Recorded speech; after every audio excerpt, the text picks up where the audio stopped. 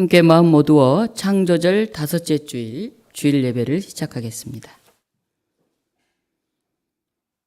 시온에 계시는 여호와는 위대하시고 모든 민족보다 높으시도다. 주의 크고 두려운 이름을 찬송할지니 그는 거룩하심이로다. 사랑의 하나님, 저에게 또 10월에 새날을 허락하신 것을 감사드립니다.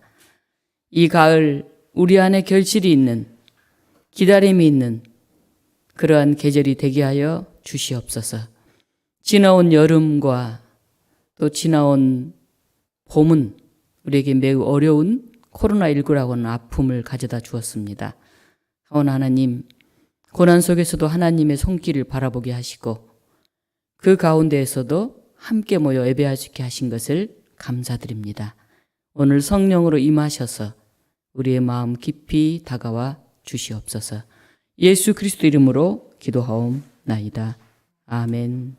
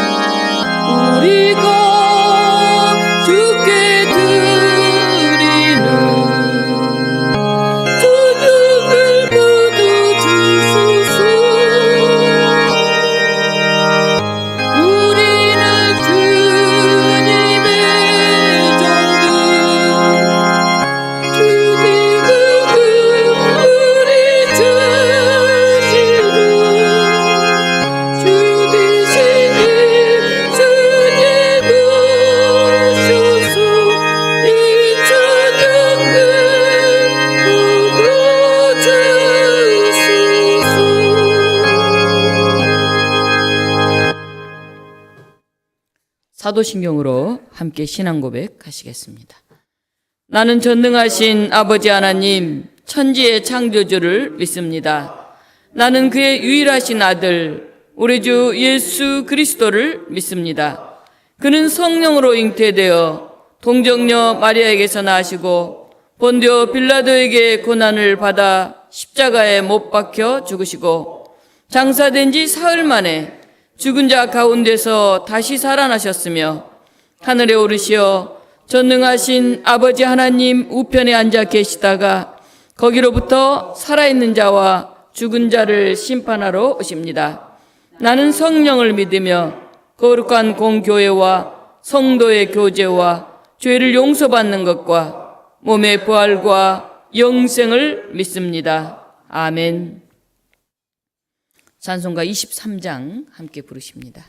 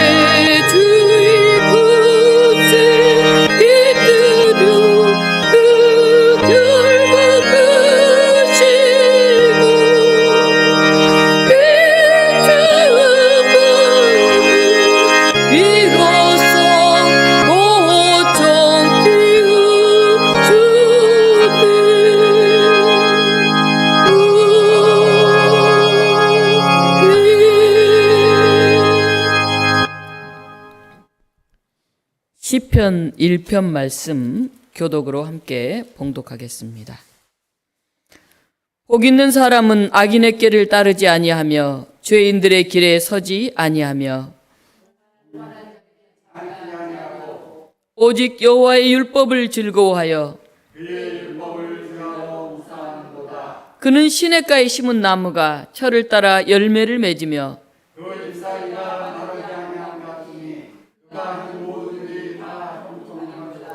악인들은 그렇지 아니하며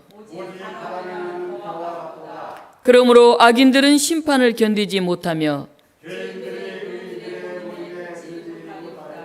무릇 의인들의 길은 여호와께서 인정하시나 악인들의 길은 망하리로다. 아멘. 요한식 장로님께서 기도 인도하시겠습니다. 우리의 반석과 방패 되시는 하나님, 주님의 은혜 가운데 추석 명절을 보내고 10월 첫 주일을 맞아 주님의 빛나는 보좌 앞으로 나와 예배드리게 하시니 감사를 드립니다. 이 시간 우리의 마음을 모아 예배드리오니 홀로 영광 받아주시고 저희들의 허물과 잘못된 모든 것을 용서하여 주시오. 청명한 가을 하늘과 같이 깨끗하게 씻어 주옵소서. 언제나 우리에게 은혜를 부어주셨듯이 복된 이 시간도 흡족한 은혜를 부어주시오. 성령의 감화 감동이 있는 예배가 되게 하여 주시옵소서. 은혜가 풍성하신 주님, 주님의 크신 사랑에도 불구하고 오늘도 부끄러운 모습으로 주님 앞에 나왔습니다.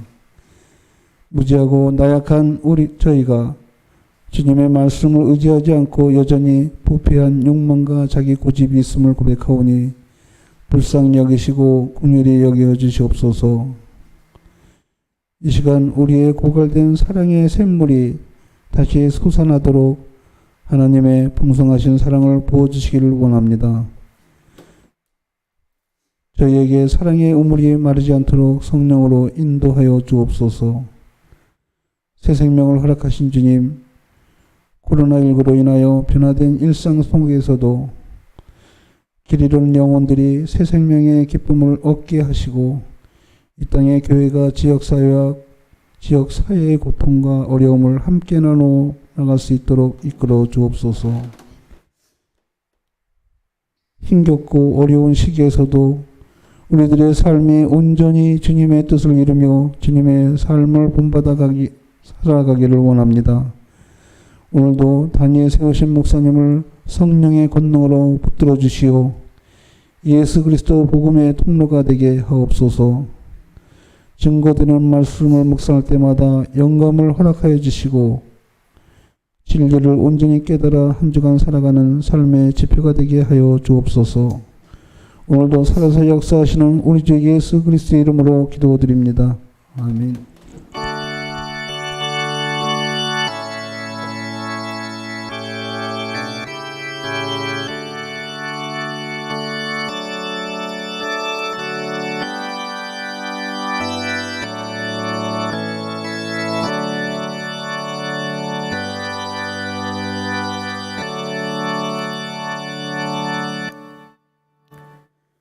찬송가 524장 함께 부르시겠습니다.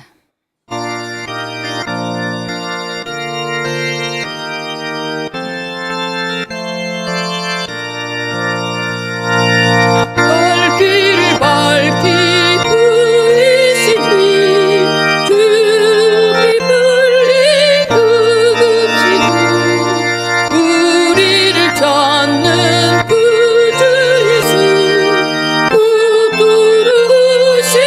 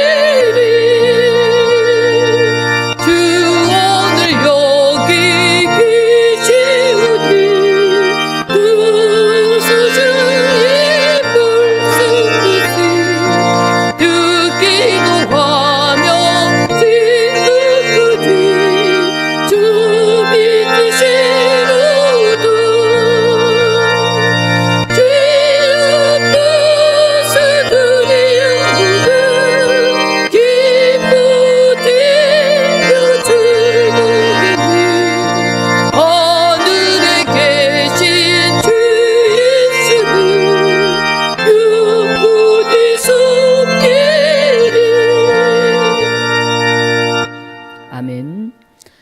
오늘 우리 주신 하나님의 말씀 마태복음 21장 33절로 46절 말씀입니다. 마태복음 21장 33절부터 제가 봉독하겠습니다. 다른 한 비유를 들으라.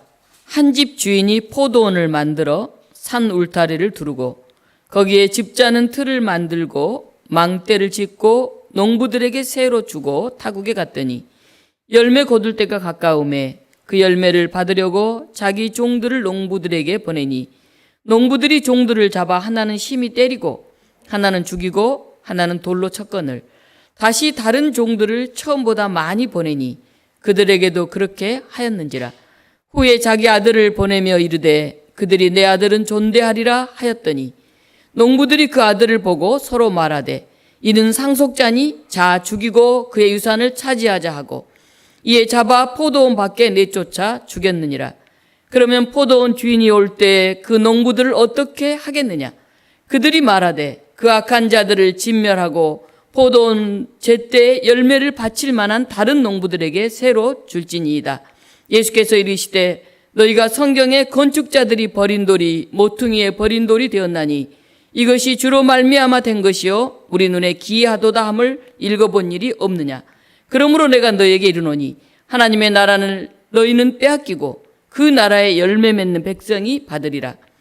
이 돌들 위에 떨어지는 자는 깨지겠고 이 돌이 사람 위에 떨어지면 그를 가루로 만들어 흩으리라 하시니 대제사장들과 바리새인들이 예수의 비유를 듣고 자기들을 가리켜 말씀하심인 줄 알고 잡고자 하나 무리를 무서워하니 이는 그들이 예수를 선지자로 암이었더라. 아멘. 명절은 가족을 생각나게 합니다. 포도원의 일꾼들 이런 제목으로 우리가 말씀을 전하는데 아마 포도원은 하나님이 우리에게 주어진 그런 세상 또는 하나님이 그 나라를 상징하면서 우리에게 맡기신 그런 공간을 얘기하지 않나 싶습니다. 코로나19로 인해서 이번 명절은 다 같이 모이지 않고 부분적으로 만났습니다. 함께 형제들이 모여서 예배도 드리고 또 서로 삶을 나누다가 이 몇 가정, 한 가정, 두 가정 뭐 이런 식으로 만나니까 좀 어색하다 하는 생각이 들었습니다. 그동안 읽지 못했던 쌓아둔 책들 중에 한 권을 이번 명절에 꺼내서 읽었습니다. 그 중에 하나가 아몬드라고 하는 책이었습니다. 윤 교수 부부에게 아들이 하나 있었습니다. 아버지는 교수고 어머니는 기자입니다. 그래서 굉장히 분주하게 사는데 어느 날 어머니가 시간을 내서 4살짜리 아들을 데리고 놀이공원에 갔습니다. 근데 거기에서 아들을 그냥 잃어버리고 맙니다. 그대로 이 두 부부가 아무리 아들을 찾고 또 찾아도 아들을 찾지 못합니다. 엄마의 마음에는 병이 들고 결국 그 질병으로 인해서 보고 싶은 마음, 미안한 마음, 말할 수 없는 그 아픔이 이 기자인 어머니에게 큰 상처를 주게 돼서 헤어날 수 없는 그런 질병에 들어놓게 됩니다. 13년 만에 아들을 찾았는데 이 아들은 소년원을 들락거리고 너무 다른 그런 아이를 하나 만나게 된 것입니다. 이제 죽을 날이 얼마 남지 않는 아내에게 아들을 찾았단 말을 했는데 자세라든지 말투라든지 모든 면에서 그 아들을 차마 죽음을 앞둔 아내 앞에 데려갈 수가 없어서 그 아들과 비슷하게 생긴 다른 아이를 데리고 가서 아들을 찾았다고 죽어간 아내에게 보입니다. 그리고 아내는 죽었어요. 13년 만에 찾은 아들을 아버지 교수가 얼마나 잘 대하고 싶었겠습니까? 굉장히 좋은 고등학교에 입학을 시키는데 아들은 거기에 적응을 못합니다. 너무나 다른 아이들이거든요. 자기는 소년을 들락거리고 고아원에서 자라고 뭐 했는데 좋은 고등학교 입학을 시키니까 문화적으로 도저히 적응할 수가 없어서 거기서도 폭력을 휘두르면서 결국 학교를 다닐 수 없게 됩니다. 그래서 또 다른 학교로 이제 전학을 시키는데, 그래도 아버지가 교수인데 내가 아들을 뭐 상고나 대안학교나 이런 데 보낼 수는 없다 싶어서 또 다른 인문계 학교로 전학을 시킵니다. 거기서도 이 아들이 적응을 하지 못합니다. 그리고는 사람은 강해야 한다. 힘이 있어야 된다. 나는 힘을 가질 거야. 공부는 나는 안 되니까 이걸로는 안 되겠어 하고 소년원에서 만났던 이 폭력배 선배를 찾아갑니다. 이 윤 교수는 아들을 이해하지 못해요. 그리고 있는 그대로 자기를 인정하지 않는, 그리고 어떻게 하든지 좀 자기를 고쳐보려고 하는 그런 아버지를 이 아들은 아버지라고 부르지를 않습니다. 불통이죠. 결국은 자기와 같이 소외된, 아무도 친구가 없을 줄 알았는데 이 감정을 느끼지 못하는, 그래서 왕따 당하고 있는 그 친구가 이 아들을 찾아옵니다.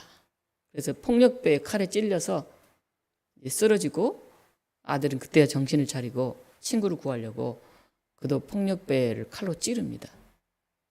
다행히 다 죽지는 않았지만은 아버지는 그때야 이제 뉘우치죠. 느끼죠. 아, 내가 아들을 있는 그대로 대하지 못했고, 그래서 이 아들과 대화가 되지 않았구나 하는 것을 깨닫게 됩니다. 굉장히 인상 깊은 그런 책이었습니다. 청소년들에게 유명한 책인데 제가 사놓고 다른 책 읽느라고 읽지 못했다가 명절에 이제 몇 권 소설책을 쭉 보면서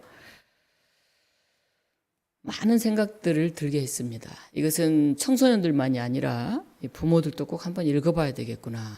서로 다른 문화 속에서 자라온 아들과 아버지. 아버지는 어떻게 하든지 아들을 잘 해주고 그동안 못 해준 것들을 보상해주면서 키워가려고 하는데 아들은 그것을 받아들이지를 못합니다. 저는 오늘 우리들의 모습을 여기에 대비시켜 보았습니다. 하나님 우리를 창조하셨고 사랑으로 양육하셨고 하나님 나라 가치관으로 살기를 원하시고 우리에게 좋은 것, 하나님 당신의 형상된 그 모습, 그런 나라를 누리기를 원하는데 우리는 우리가 살아온 삶의 가치관, 삶의 방식이 너무 달라서 그런 하나님의 사랑을 받아들이지를 못합니다.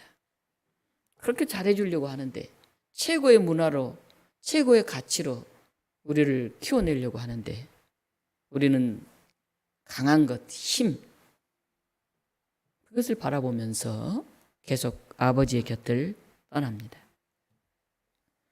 물론 하나님은 세상의 아버지들과 달라서 인내하시면서 끝까지 기다리시죠. 그리고 끊임없이 우리를 돌보시고 지지하시고 사랑을 베풀어 주십니다. 지난주일에는 포도원에 일하러 가라 하는 명령에 네 말만 해놓고 가지 않았던 마다들의 얘기를 했습니다. 처음에는 실소이다 이렇게 말했지만은 나중에 늦게나마 회개하고 발길을 돌려 포도원으로 갔던 둘째 아들의 이야기를 나누었습니다. 우리는 오늘 어떤 길을 걷고 있는지, 우리가 명절이면 아버지, 어머니, 형제들을 생각하면서 서로 만나게 되는데 고집스레 내가 가고 싶은 그 길을 가면서 난 아버지의 아들이라고, 아버지의 딸이라고 그렇게 착각하고 살고 있지 않는지 우리 스스로를 돌아봤으면 좋겠습니다. 오늘 말씀에는 또 다른 포도원 농부들의 이야기가 나옵니다. 지난주 마지막 기절이 32절, 요한이 의의 도로 너희에게 왔거늘 너희는 그를 믿지 아니하였으되 세리와 창녀는 믿었으며 너희는 이것을 보고도 끝내 뉘우쳐 믿지 아니하였도다. 마지막 기절입니다. 그리고 오늘 33절이 시작됩니다. 다른 한 비유를 들으라. 너희가 말만 하고 맏아들이라고만 하고 결국은 행동하지 않고 실천하지 않았는데 또 다른 비유를 들으라. 그런 얘기입니다. NIV 성경에는 또 하나의 비유를 들으라. 이렇게 기록하고 있습니다. 집주인이 포도원을 만들고 산 울타리를 두르고 즙자는 틀을 만들고 망대를 짓고 소작농에게 새를 주고 타국에 갔습니다. 그래서 이제 열매를 거둘 때가 되자 열매를 받으려고 자기 종들을 보냈습니다. 그러면 주인이 다 만들어줘서 거기서 일하게 해줬으니까 감사하고 거둔 열매를 나눠야 할 텐데 소작인들은 이 종들을 붙잡아 때리고 돌로 치고 하나는 그냥 죽이고 말았습니다. 집주인이 깜짝 놀라서 더 많이 보내야 되겠다. 그리고 더 많은 종들을 보냈습니다. 그런데 이번에도 소작농들은 똑같이 그런 짓을 했습니다. 그 주인이 생각했습니다. 그래, 설마 내 아들은 존중하겠지. 그러면서 주인은 아들을 포도원으로 보냈습니다. 그런데 소작인들이 야, 저자는 상속자다. 죽이자. 그리고 그의 유산이 될 이 포도원을 우리가 차지하자. 하면서 그 아들을 포도원 밖에 끌어내어 죽이고는 맙니다. 예수님이 묻습니다. 그 포도원 주인이 돌아와서 그 소작인들을 어떻게 하겠느냐? 그들이 대답하죠. 그 악한 자들을 다 죽이고 포도원은 제때의 열매를 바칠 만한 다른 농부들에게 세를 줄 것입니다. 오늘 이 마태복음에 나와 있는 이 포도원의 비유는 이사야 5장 1절로 7절에 나와 있는 포도원의 노래, 그것을 예수님이 그대로 인용해서 말씀하신 것입니다. 이사야서의 마지막에는 이렇게 노래합니다. 무릇 만군 여호와의 포도원은 이스라엘 족속이요 그가 기뻐하시는 나무는 유다 사람이다. 그들에게 정의를 바라셨더니 도리어 포악이요 그들에게 공의를 바라셨더니 도리어 부르짖음이었도다. 하나님이 기름진 산에 포도원을 세웠습니다. 이 포도원은 바로 이스라엘 민족이죠. 그리고 주님이 기뻐하시는 포도나무는 유대 백성들입니다. 하나님께 선택받은 백성들이죠. 그리고 포도원을 경작하는 소작인들은 하나님이 세우신 유대의 지도자들입니다. 이스라엘 백성을 지도자들을 통해서 잘 돌보고 가꾸고 열매 맺도록 그렇게 양육하라고 맡기신 것입니다. 그런데 이 소작인들이 주인의 포도원을 차지하기 위해서 종들을 때리고 죽이고 심지어는 그 아들마저 죽여버린 그런 이야기가 오늘 본문의 이야기입니다.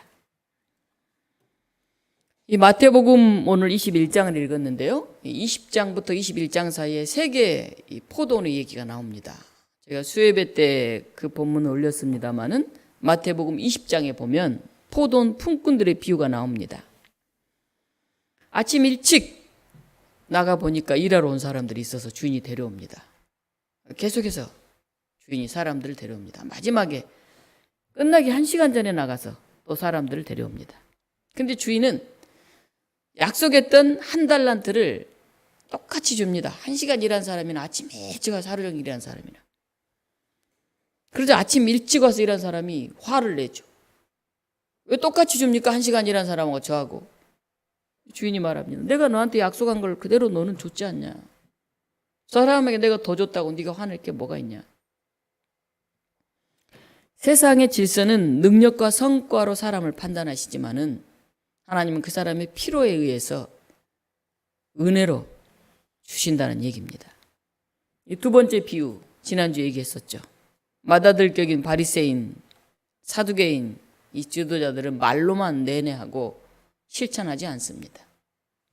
그러나 실소이다 불퉁거렸던 둘째는 회개하고 결국은 고민하면서 하나님의 그 길을 갑니다. 세리와 창기가 너희보다 낫다. 그러니 얼마나 이 지도자들이 당황했겠습니까? 그런데 오늘 더한 얘기를 지금 하고 계십니다. 너희들은 하나님이 보낸 사람을 죽이는 사람들이다. 심지어는 하나님의 아들까지도 죽이는 사람들이다. 마치 이 지도자들을 강도 취급을 하고 있습니다. 오늘 비유에서 우리는 몇 가지 깨달음을 얻습니다. 하나는 하나님은 당신의 사람들을 신뢰하신다 하는 것입니다. 포도원 주인은 포도원을 농부들에게 맡기셨어요. 근데 우리가 일을 맡기면 어떻게 합니까?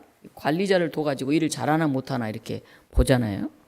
또 수시로 와서 잘 되고 있나 점검을 하잖아요. 그런데 주인은 그냥 온전히 믿고 맡겨주고 먼 곳으로 갔습니다. 열매를 거둘 때까지 와보지도 않았어요.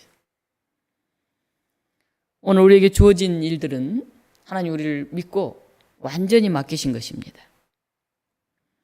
우리에게 어떤 일을 맡겼는데 믿을 수가 없어서 자꾸 감독하고 간섭하고 신뢰하지 못한다고 한다면 우리가 그 과업을 처리할 때 얼마나 힘들겠어요.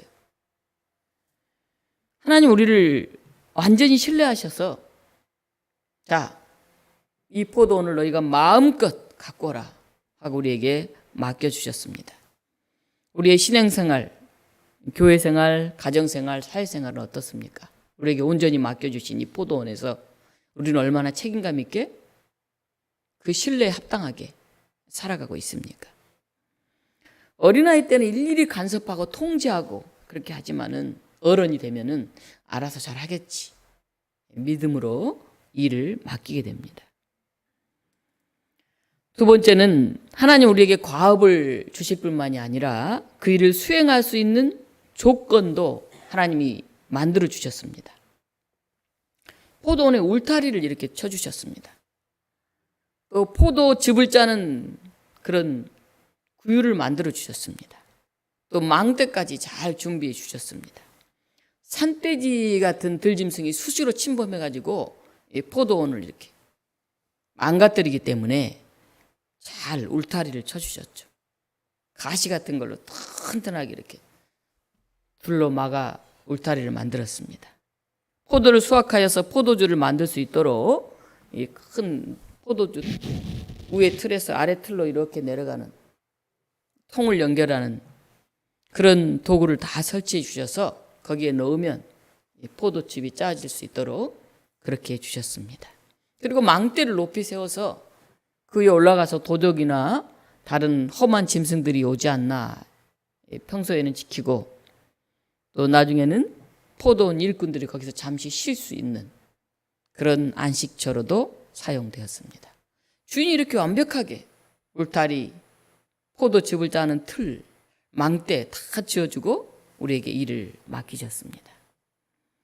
가만히 생각해 보면 우리가 너무 조건이 나쁘다 이렇게 생각하기 쉬운데 하나님은 우리에게 일할 과제만 주신 것이 아니라 그 일을 하는데 필요한 그러한 수단과 조건들도 준비해 주셨다는 것을 우리가 알아야 됩니다.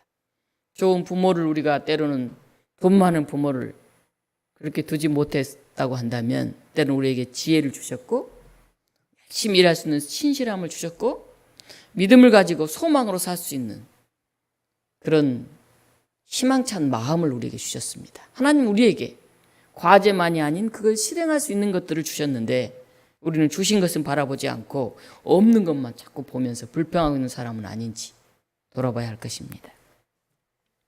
세 번째는 사람은 응답하는 존재입니다.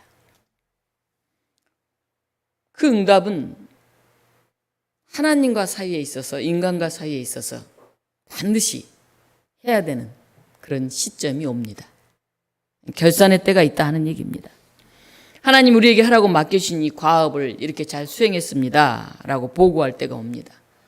10월 첫째 주가 시작되는데요. 결실의 계절 가을입니다. 가을은 참 풍성하기도 하지만 또 그와 함께 우리가 한 해 동안 얼마나 수확을 거두었는지 돌아보는 때이기도 합니다. 우리 도시농업밭에 배추가 이렇게 연글어서 속이 꽉 차간다고 사진을 찍어 올렸더라고요. 엊그제 이렇게 뿌린 것 같은데 벌써 이렇게 자랐나. 이런 장마와 이런 폭우 속에서도 태풍 속에서도 그래도 이 성곽 아래 배추가 여물어 가는구나. 그런 생각이 들었습니다. 오늘 본문의 농부들은 주인에 대해서 소장료를 내야 되는데 당시에 소장료는 돈으로 내든지 아니면 소출의 그 곡식 일정한 양을 들이든지 아니면 비율 몇 대 몇으로 이렇게 지불을 하기도 했는데 이 농부들은 거기서 잘 거두고 거기서 잘 지냈는데 막상 주인에게 드려야 할 때가 오자 이제 눈을 딱 감아버립니다. 코로나19로 그 어느 때보다 마음 졸이며 지나온 그런 한 해입니다. 명절이어도 보고 싶은 사람들도 보지 못하고 더 바이러스가 멀리 퍼지지 않기를 바라면서 그렇게 노심초사하면서 보냈던 그런 때입니다. 이 결산의 가을에 우리는 무엇을 준비하고 있을까요? 어떤 목사님이 그런 말씀을 하셨습니다. 코로나19로 위기 상황이 오니까 교인들의 믿음이 그대로 드러나더라. 평소에 잘 몰랐는데 이 교회가 이제 코로나19로 예배도 못 드리고 교회도 잘 못 나오고 이렇게 되면서 한 사람 한 사람이 너무나 잘 보이더라 하는 이야기를 들었습니다. 어려울 때 더 책임감을 가지고 역할을 감당하며 그 공동체를 세워가는 사람들이 있습니다. 그러나 어려우면 슬그머니 뒤로 빠지는 그런 사람들도 있습니다. 어려움이 닥쳐봐야 자식도 효자인지 아닌지가 드러난다고 합니다. 추석 풍성한 결실, 아니 어쩌면은 여전히 부족한 그런 열매 앞에서 우리는 가족들을 만납니다. 이럴 때 우리의 효성도 또 우리의 형제간의 우애도 가늠하게 됩니다. 포도원 소작인들은 이 결실의 가을에 주님의 은혜를 잊었습니다. 포도원은 잠시 맡겨진 것이고 그 결과물은 주인께 드려야 되는 것인데 모든 것을 자신들이 갖기를 원했습니다. 자신들이 주인 노릇을 한 것이죠. 그 결과는 혹독했습니다. 예수님은 이스라엘 종교 지도자들에게 이렇게 무섭게 얘기합니다. 그러므로 내가 너희에게 이르노니 하나님의 나라를 너희는 빼앗기고 그 나라에 열매 맺는 백성이 받으리라. 내 것으로 욕심내고 다 가지려고 하면 결국은 다 빼앗기게 된다는 것입니다. 세리와 창녀에 이어서 늦게라도 천국에 들어가기는커녕 멸망받게 된다는 것입니다. 예수님이 왜 이렇게 혹독한 말씀을 하셨을까요? 이 지도자들, 먼저 믿은 사람들, 더 많이 가진 사람들은 그만큼의 책임감이 더 따릅니다. 예수님은 모든 이스라엘 백성을 거부한 게 아닙니다. 포도원 소작인 이 종교 지도자들은 포도 가지, 이스라엘 백성들을 잘 길러내야 했습니다. 그런데 이 대제사장들은 성전 구역에 있는 소경과 저른바리들을 치유한 것, 그것을 보고 오히려 화를 냅니다. 무슨 권위로 그런 일을 했냐고 시비를 겁니다. 고통받고 가난하고 배우지 못한 보통 사람들은 예수님을 칭송하면서 어떻게 하든지 예수님 옆에서 하나님 나라의 이야기라도 좀 들을까, 위로를 받을까, 내가 좀 구원받게 되지 않을까, 그렇게 나와서 그 곁에서 호산나 호산나 외쳤는데 율법을 많이 안다는 공부한 지도자들은 그렇지가 않았습니다. 우리와 다른 사람의 인간됨을 받아들이기를 거부하면 그들을 만드신 하나님을 거부하는 것입니다. 우리가 큰 나라, 앞서가는 나라라고 생각하는 이 미국은 기독교 국가죠. 그런데 노예제도를 246년간 지속한 나라입니다. 그리고 100년간의 분리정책으로 흑인과 백인은 화장실도 따로 사용해야 했고 식당 등 공공장소를 함께 사용하지 못했습니다. 그 이유는 흑인은 백인과 다른 사람들이라고 그렇게 생각했기 때문입니다. 아메리카 원주민들을 자신들과 다른 사람들이라고 생각하고 거의 싹 쓸어버렸죠. 2차 세계대전 중 아돌프 히틀러가 이끈 나치당은 독일군 점령지에서 계획적으로 유대인들, 슬라브족, 집시, 동성애자, 장애인, 정치범 1100만의 민간인과 전쟁포로를 학살했습니다. 21세기인 오늘날도 인도네시아, 인도 등에서는 여전히 불가촉 천민이라고 하는 집단이 있어요. 만나면 안 돼. 더러우니까. 그래서 밤중에 나와서 싹 청소하고 쓰레기장 옆에서 살고. 사람이 달라요. 같은 사람이 아닙니다.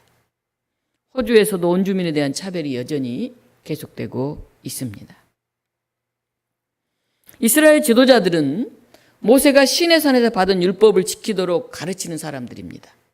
그 율법은 애굽에서 종살이 하던 이스라엘 민족을 해방시키셔서 안식을 주어서 노동으로부터 휴식을 갖게 하고 인간의 왕이 아닌 하나님만을 참 왕으로 알고 섬기도록 그렇게 그들을 가르쳐야 했습니다.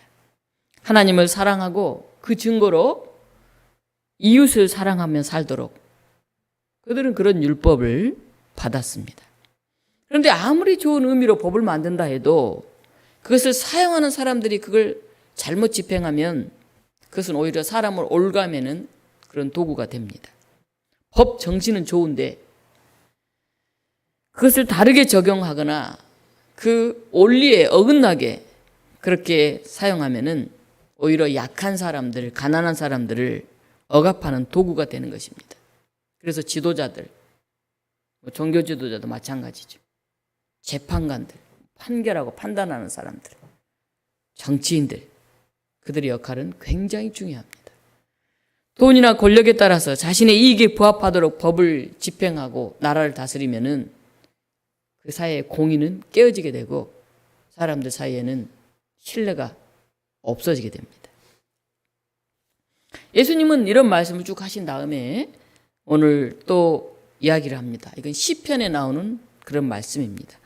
너희가 성전의 건축자들이 버린 돌이 모퉁이의 머릿돌이 되었나니 이것은 주로 말미암아 된 것이요 우리 눈에 기이하도다 함을 읽어본 일이 없느냐.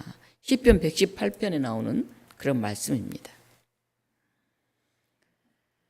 건축자들의 버린 돌이 집 모퉁이의 머릿돌이 되었나니 우리 눈에 기이하다. 어떻게 버린 돌이 모퉁이 돌이 됩니까? 시편 기자가 이 말씀을 사용했을 때는 건축자의 버린 돌은 이스라엘 백성을 가르쳤습니다. 이스라엘 백성은 멸시당하고 배척받는 그런 나라였죠. 종으로 있다가 이제 겨우 나라를 만들어가니 어떻게 됐습니까? 그들은 또 더 강대국에 의해서 아시리아나 바벨론에 의해서 포로로 끌려갔죠. 그래서 노예로 살아야 했죠. 정말 버린 돌 같은 그런 사람들이죠. 지질이 못난 사람들이죠. 그런데 하나님이 그들을 택하셔서 이방인을 구원할 선민으로 만드셨다 하는 것입니다.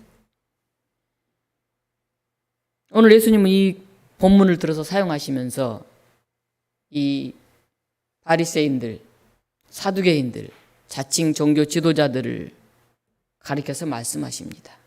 이제 버린 돌은 바로 예수 그리스도 자신입니다. 버린 돌 같았던 너희들을 하나님이 택하셔서 소중한 그런 모퉁이 돌들이 되게 하셨는데 이제는 너희들이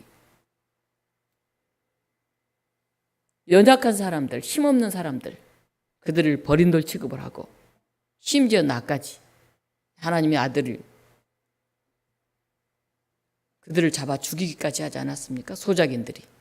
바로 너희들이 그런 짓을 하는구나. 예수님이 그런 말씀을 하신 것입니다. 하나님께 받은 놀라운 은혜를 깨닫지 못하고 이제는 자신들이 하나님의 아들 그리스도를 내쫓고 거절하고 죽이려고 한다는 것입니다. 어려웠을 때, 고난 가운데 있었을 때 구원받았던 은혜를 망각한 사람들은 타락하게 됩니다. 오늘 예수님은 44절에 이렇게 말씀하십니다. 같이 한번 읽어보겠습니다. 이 돌 위에 떨어지는 자는 깨지겠고 이 돌이 사람 위에 떨어지면 그를 가루로 만들어 흩으리라. 45절, 46절 제가 읽습니다. 대제사장들과 바리새인들이 예수의 비유를 듣고 자기들을 가리켜 말씀하신 인 줄 알고 잡고자 하나 무리를 무서워하니 이는 그들이 예수를 선지자로 암이었더라. 예수님 말씀 앞에 회개하거나 반성하지 않습니다. 아, 시편에 그런 말씀이 있었지. 아, 우리가 그렇게 어렵고 힘들었을 때 하나님이 우리를 택해서 하나님의 사람 삼아 주셨지. 그렇게 깨닫지 않습니다. 오히려 아니 저따위 말을 하다니 하고 예수님을 잡아 죽여야 되겠다고 그렇게 결심하게 됩니다. 오늘 우리에게 주어진 마태복음 21장 33절로 46절 이 말씀은 심판의 말씀입니다. 결국 포도원 주인은 그 소작인들에게 포도원을 빼앗아서 다른 사람에게 주셨습니다. 우리에게 맡겨진 과업을 잘 감당하지 못하여 우리가 쓸모없게 되면 우리는 가치를 잃어버린 맛 잃은 소금처럼 됩니다. 길가에 던져질 것입니다. 80년대에 민주화 운동을 위해서 굉장히 애썼던 그런 젊은이들이 있었습니다. 세계 평화를 위해서, 사회 정의를 위해서, 이 군부 독재로부터 민주화를 위해서. 기독교인들은 하나님 나라를 위해서 일한다고 그렇게 생각하고 정의를 외쳐왔습니다. 그런데 자기 자신의 안일함을 포기하지 않고 스스로 변화하지 않으면 사회는 바뀌었는데 자신은 허무의 늪에 빠지게 됩니다. 어떤 학생이 굉장히 멋있어 보이는, 정말 정의를 얘기하고 평화를 얘기하고 민주주의를 얘기하는 그런 멋진 선배와 연애를 했는데 결국은 헤어졌어요. 왜 헤어졌냐 물었더니 말은 굉장히 멋있는데 행동도 엄청 멋있고 뭔가 이룰 것 같은데 정작 자신에 대한 배려가 너무 부족하다라는 거예요. 가장 가까이 있는 여자친구에 대해서 그가 무슨 고민을 하는지, 어떤 아픔이 있는지, 지금 그의 관심사가 뭔지 굉장히 무심하더라는 거예요. 큰 걸 추구하면서 아주 작은 것에 대해서는 관심이 없더라는 거예요. 그래서 헤어졌다 하는 얘기를 했습니다. 그때 그렇게 앞장섰던 사람들이 지금 정치권에서 정권을 잡은 사람들이 대부분이죠. 근데 우리 사람들은 얘기하죠. 그들이 힘을 가지면 뭔가 새롭게 변할 줄 알았는데 별로 변한 게 없다고 그런 얘기들을 합니다. 아주 작은 것, 그리고 정말 자기가 뭔가를 내어놓고자 하는 그런 자기 헌신과 희생이 없다면, 아주 가까이 있는 사람에 대한 하나하나에 대한 잔잔한 사랑이 없다면 큰 걸 외친다고 해도 그게 온전히 실천되기는 어렵습니다. 한보리의 달팽이의 노래를 여러분들과 함께 불러봤으면 좋겠습니다. 제가 가사를 읽겠는데요. 난 천천히 갈 테야. 어두운 밤 반딧불 찾아갈 거야. 살아 숨쉬는 푸르른 꿈에 몸을 맞추어서 입 맞출 거야. 난 천천히 갈 테야. 이마엔 빛나는 등불을 켜고 아주 낮은 곳 희망을 위해 가슴에 따뜻한 노래를 품고 꽃과 새와 바람과 나무 풀잎에 이슬까지 다 만날 거야. 은빛의 길 하나 단정히 내며 천천히 갈 거야. 2절 가사 중에 이런 말이 있습니다. 세상의 작고 여린 것들과 다정하게 눈 맞출 거야. 큰 사람, 강한 사람, 힘 있는 사람을 추구하는 이 세대에 작은 것, 여린 것과 입 맞추며 눈 맞추며 가는 길, 그게 바로 예수님의 길이 아닐까 생각합니다. 이 추석 명절을 맞이하면서 여러분들은 여리고 작은 것들과 어떻게 눈 맞추셨습니까? 여러분들 가족 안에 크고 강한 걸 추구하면서 나타났던 사람보다는 약하고 아파 보이는 그가 더 우리의 가슴에 남아있지 않습니까? 강하고 힘 있는 삶을 원했던, 오늘 제가 아몬드에서 말한 그 아들은 더 많은 풍족한 걸 갖고 정말 그를 잘 양육하고 싶어 했던 그의 아버지의 집을 받아들이지 못했습니다. 그 아들의 눈으로 봤던 그 힘, 그 폭력배, 그 강함은 세상적으로 보면 정말 보잘것없는, 별 볼 일 없는, 가치 없는 그런 힘이었는데, 그걸 추구하다 보면 정말 따뜻한 것, 정말 평화로운 것, 정말 기쁜 그곳이 보이지 않는 법입니다. 오늘 이 무신적인 세상에서 우리가 하나님 나라의 가치를 굳게 잡고 우리에게 주어진 포도원에서 그 주어진 책임을 잘 감당했으면 좋겠습니다. 우리가 이웃과 열매를 나누면서 주인에게도 칭찬받는 그 기쁨을 누리고 맛보는 교우 여러분들 되시기를 간절히 축원합니다. 사랑의 하나님, 또 한 번의 명절을 보냅니다. 왠지 허전함이 있는 사람들이 있습니다. 빈 가슴에 찬바람이 부는 것 같은 그런 가을을 맞이하는 이들도 있습니다. 올해는 그 어느 때보다도 더불어 살기 힘든, 얼굴을 마주하기 힘든 그런 외로운 시절을 보내고 있습니다.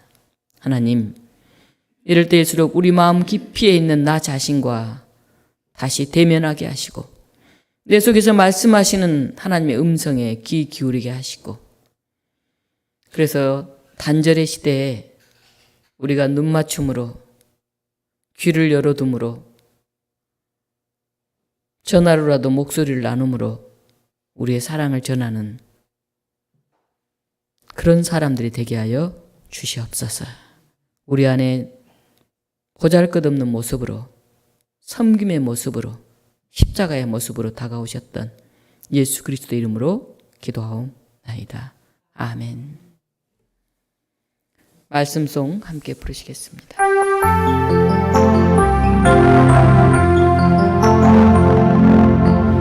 이 말씀 들어 서는 동안 지치지 않게 부시고, 이 말씀 들어 서는 동안 주님 뜻 이루소서.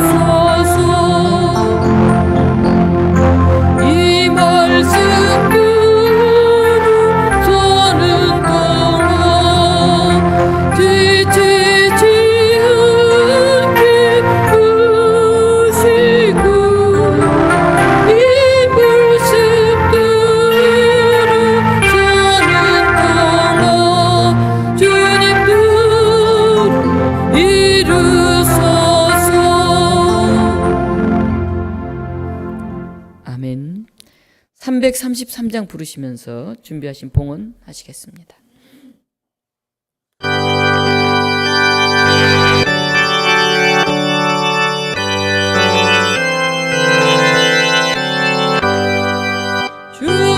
충성하고 주가고 즉수으로 주님께 슬픔이 느끼로 주의 손은 구구로 충성하고 주가고 즉수으로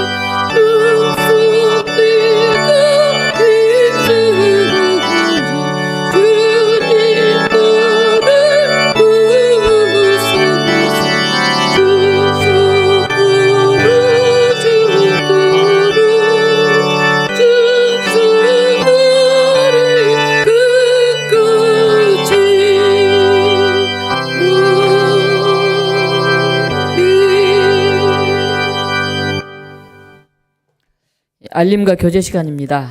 우리 명절 오늘까지 어찌 보면 명절 연휴라고 할 수 있는데요. 이렇게 함께 나와서 예배 드릴 수 있게 됨을 기뻐하고 감사합니다. 우리 정태순 성도님 오랜만에 오셨는데 명절 잘 보내셨죠? 네, 들어만 와도 반갑습니다. 우리 앞뒤 옆 사람과 함께 눈 인사로 주님의 평화를 빕니다. 인사하겠습니다.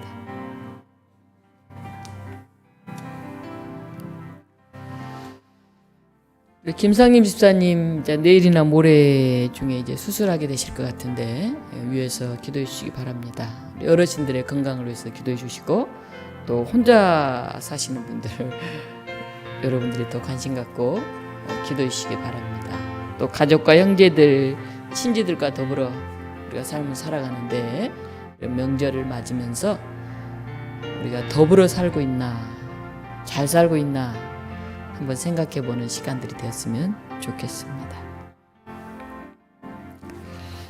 함께 기도하시겠습니다.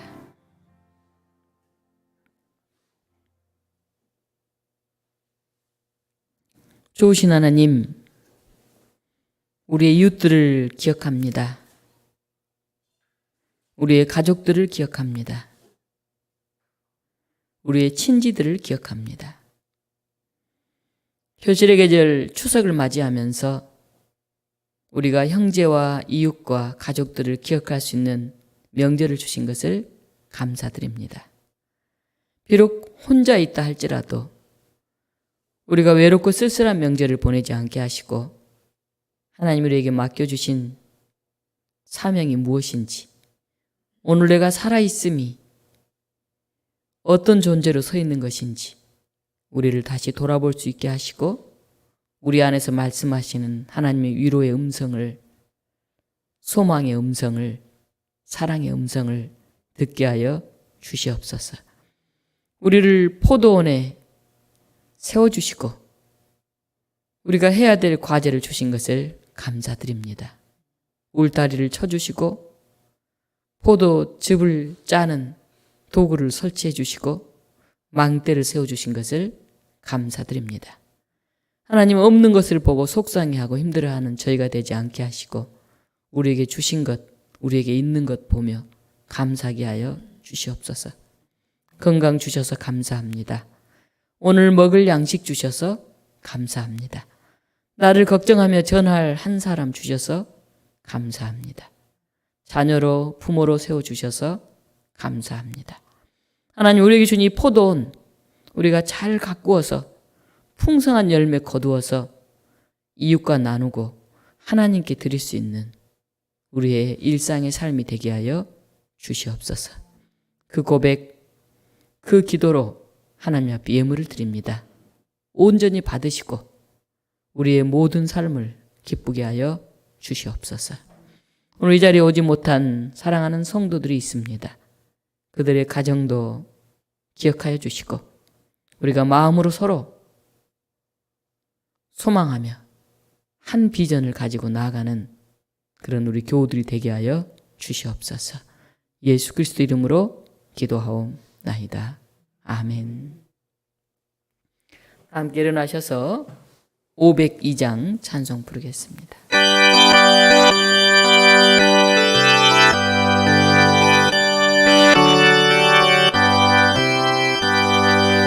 빛의 사자들이 으스그스 우뚝을 물리치고 주의 진리 머무는 빛속이니 부금이 비비처럼 빛의 수자들이여 부금이 비비처럼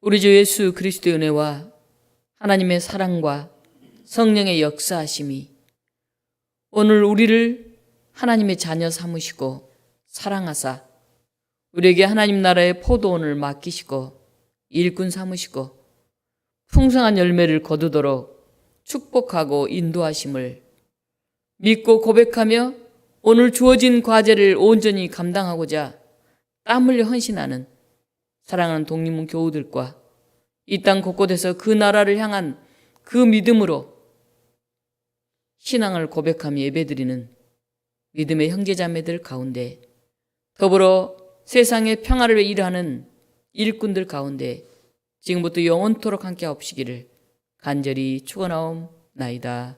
아멘.